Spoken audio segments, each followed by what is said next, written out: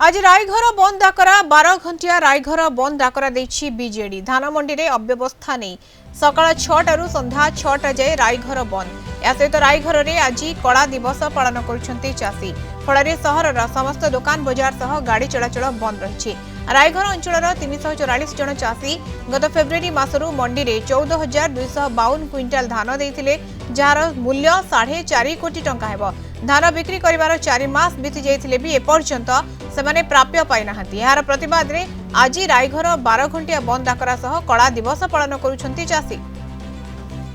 अति दुखर विषय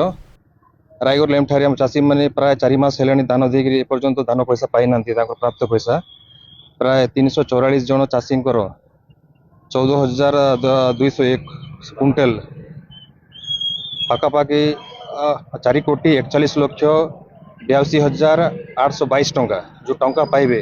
एपर्यंत मोहन सरकार तांकर टंका को दे ना तार प्रतिवाद रे आज आम विजु जनता दल तरफ आज आम 8 घंटे आम ये जगह बंद डाकरा देचु बीजेपी सरकार जो मनमुखी शासन चली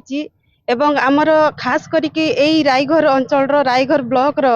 चाषी मानकर प्रति अन्याय होईची तेणु आमे समस्ते आज